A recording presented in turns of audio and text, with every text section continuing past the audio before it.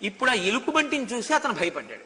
కిందనున్న పులంది, ఓ ఎలుకబంటి, నువ్వు వనంలో తిరిగే మృగానివి, నేను వనంలో తిరిగే మృగాన్ని. ఈ మనుష్యుడు నీకు నాకు కూడా చెందనివాడు, కాబట్టి నువ్వు మనుష్యుణ్ణి కిందకి తోసేయి, నేను మనుష్యుణ్ణి తిని వెళ్ళిపోతాను, నువ్వు చెట్టు దిగి వెళ్ళిపోను. అంటే ఆ ఎలుకబంటి అంది, నేను ఉన్న చెట్టు మీదకి ఆర్తితో పరిగెత్తుకొచ్చాడు కాబట్టి నాకు శరణాగతి చేశాడు రక్షించమని.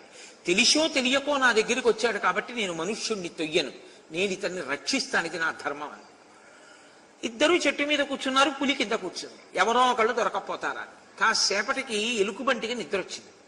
నిద్ర వచ్చి, నాయనా నేను పడిపోతానేమో, నీ ఒళ్ళో తల పెట్టుకుని కొమ్మల మధ్యలో గుబురుగా ఉన్న చోట పడుకుంటాను, కునుకొస్తోంది, జారిపోతానేమో అంది.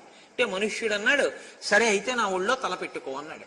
ఎలుకబంటి మనిషి ఒళ్ళో తల పెట్టుకుని నిద్రపోతాను.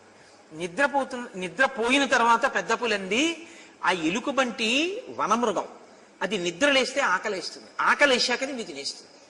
అంతకన్నా నిద్రలో ఉంది కాబట్టి దాన్ని తోసేయి, కింద పడిపోతుంది, నేను ఎలుకబంటిని తిని వెళ్ళిపోతాను, నువ్వు చెట్టు దిగి వెళ్ళిపోవాలి. వెంటనే మనుష్యుడు ఎలుకబంటిని తోసేశాడు. ఆ ఎలుకబంటి నిద్దట్లో కింద పడిపోతాను. కింద పడిపోతూ పడిపోతూ అదృష్టవశాత్తు చెట్టు కొమ్మలు పట్టుకుని మళ్ళీ పైకెక్కింది. పైకెక్కిన తర్వాత కింద నుంచి పెద్ద పులంది, చూశావా మనుష్యుడంతా కృతజ్ఞుడో, నువ్వు నిద్రపోతే వాడు తోసేశాడు, కాబట్టి నా మాట విను, ఇప్పటికైనా నమ్ము, నీ చెప్పింది, మనుష్యుణ్ణి తోసేయి, నేను మనుష్యుణ్ణి తిని వెళ్ళిపోతాను. అంటే పెద్ద పులంది, వాడి ధర్మం తప్పి ఉండొచ్చు, కానీ నేను నా ధర్మం తప్పను. నేను మాత్రం ఆర్తితో నా చెట్టు మీదకి వచ్చాడు కాబట్టి నేను కాపాడతాను, నేను తొయ్యను అని తన ధర్మానికి తాను కట్టుబడింది.